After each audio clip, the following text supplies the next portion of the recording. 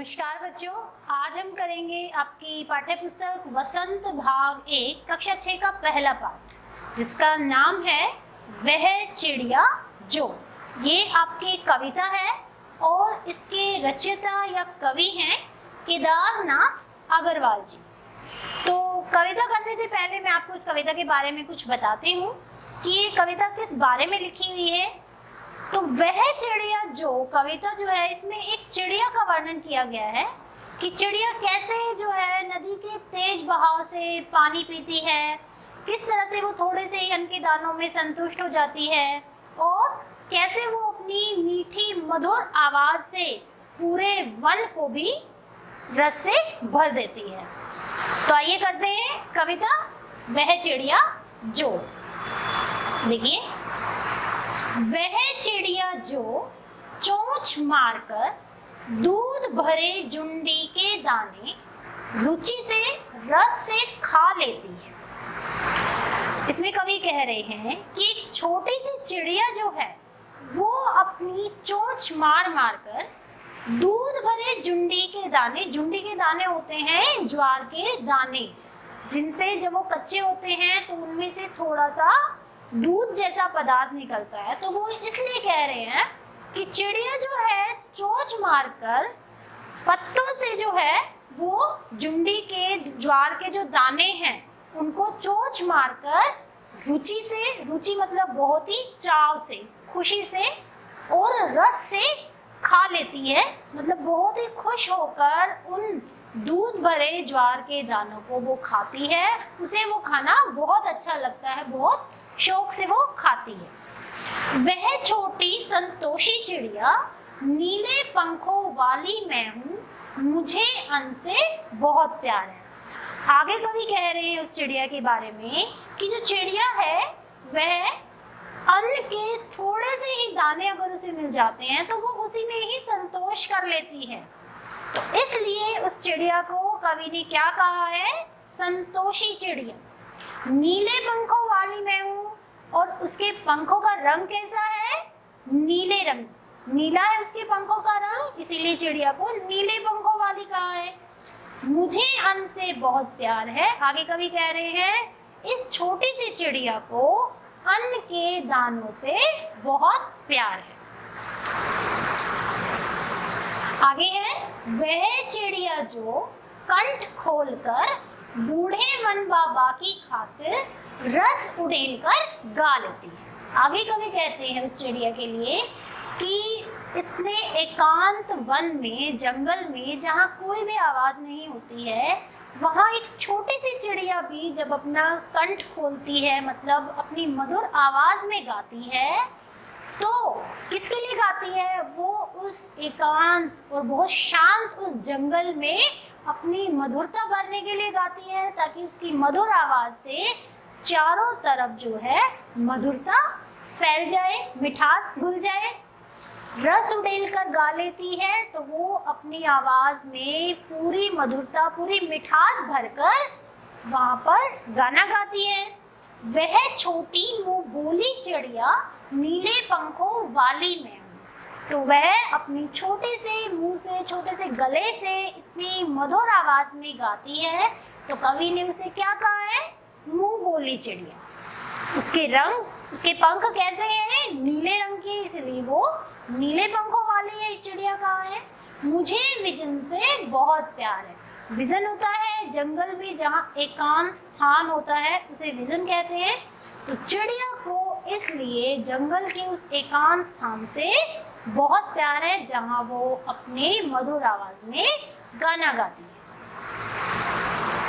आगे है वह चिड़िया जो चोंच मारकर चढ़ी नदी का दिल टटोल कर जल का मोती ले जाती है। अब कवि कह रहे हैं कि जो ये चिड़िया है वो चढ़ी नदी का क्या मतलब होता है? जब नदी में इतना तेज बहाव होता है तो कवि ने इसलिए यहाँ चढ़ी नदी कहा है कि चिड़िया जो है अपनी चोंच से उस नदी के तेज बहाव में, उफनती हुई उस नदी में से भी जल का मोती ले जाती है। मतलब जल पीने का साहसी काम करती है, वो अपनी चोंच में जल भर लेती है।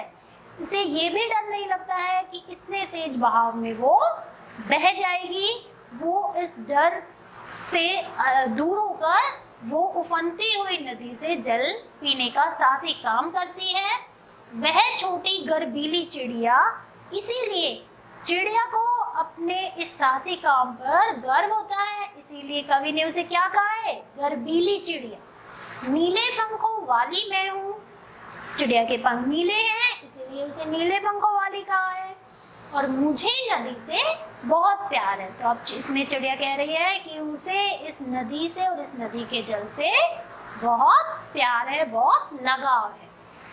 तो चलिए आगे देखते हैं हम इस पाठ के कुछ कठिन शब्द और उनके अर्थ। सबसे पहले है दूध भरे, कच्चे और अध पके दाने। दूध भरे दाने कैसे होते हैं? थोड़े थोड़े कच्चे होते हैं, अध पके मतलब अभी पूरी तरह से वो पके नहीं।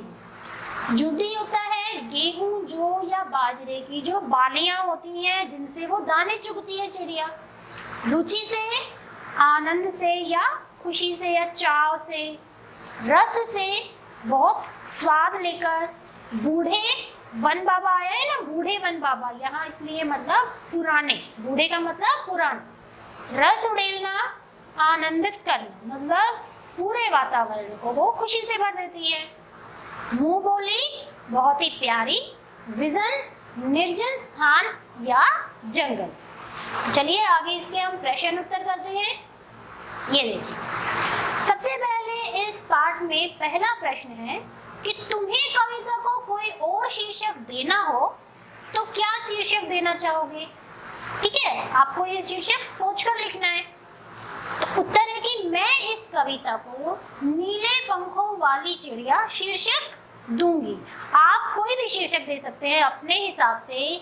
छोटी चिड़िया, गर्वीली चिड़िया, संतोषी चिड़िया, प्यारी चिड़िया या नीले पंखों वाली चिड़िया। तो अपने हिसाब से आप इसमें किसी को भी कोई भी शीर्षक मतलब दे सकते हैं। दूसरा प्रश्न है, इस कविता के आधार पर बताओ कि चिड़िया को किन किन चीजों से प्यार है। तो चिड़िया को किन किन चीजों से प्यार इस कविता में दिखाया गया है। सबसे पहले तो खेतों में लगे हुए जौ और बाजरे की फलियों से, जिन्हें वह चोंच मारकर खाती है। फिर जंगल से, जहाँ वह अपनी मधुर आवाज में गाना गाती है। और जिस नदी से वह ठंडा और मीठे पानी पीती है, मतलब उस नदी के बहाव से ना डरते हुए उस नदी के जल को अपनी चोंच में भरती है। तो इन सारी चीजों से उसे बहुत ज्यादा प्यार है। नेक्स्ट, अगला है आपका कि आशय स्पष्ट करो। चढ़ी नदी का दिल टटोलकर जल का मोती ले जाती है। जैसा कि अभी आपको मैंने कविता में समझाया था कि चढ़ी नदी, तो इस पंक्ति का आशय है कि चिड़िया ऐसे ही नदी से जल कण लेकर अपनी प्यास नहीं बुझाती। वह पहले उफनती हुई नदी का मन टटोलती है कि उसका बहाव कितना ज्यादा है, और उसकी इच्छा का भी ध्यान रखती है। किसकी? नदी की इच्छा का भी ध्यान रखती है। और अंत में अपनी कार्य कुशलता से जल के बीच स्थित मोती को ढूंढ लेती है। मोती, यहाँ पर जल का मोती कहने का तात्पर्य है कि वो अपनी चोंच में नदी के तेज बहाव से जल पी लेती है, अपनी चोंच में जल भर लेती है। ये भी आशय स्पष्ट करो। रस उड़ेलकर गा लेती है। इसका उत्तर है, इस पंक्ति का आशय यह है कि चिड़िया खुश होकर गाने लगती है। उसके गाने में माधुर्य है, बहुत मधुरता है, बहुत मिठास है। ऐसा लगता है जैसे उसने सारे वातावरण में रस उड़ेलकर उसे रसमय कर दिया हो। मतलब जब चिड़िया अपने छोटे से कंठ से अपनी मधुर आवाज में गाती है तो उसे ऐसा प्रतीत होता है, कवि को ऐसा लगता है जैसे उसने अपनी आवाज से पूरे वातावरण को रसमय कर दिया है, मिठास से भर दिया है, चारों ओर खुशी फैला दी है।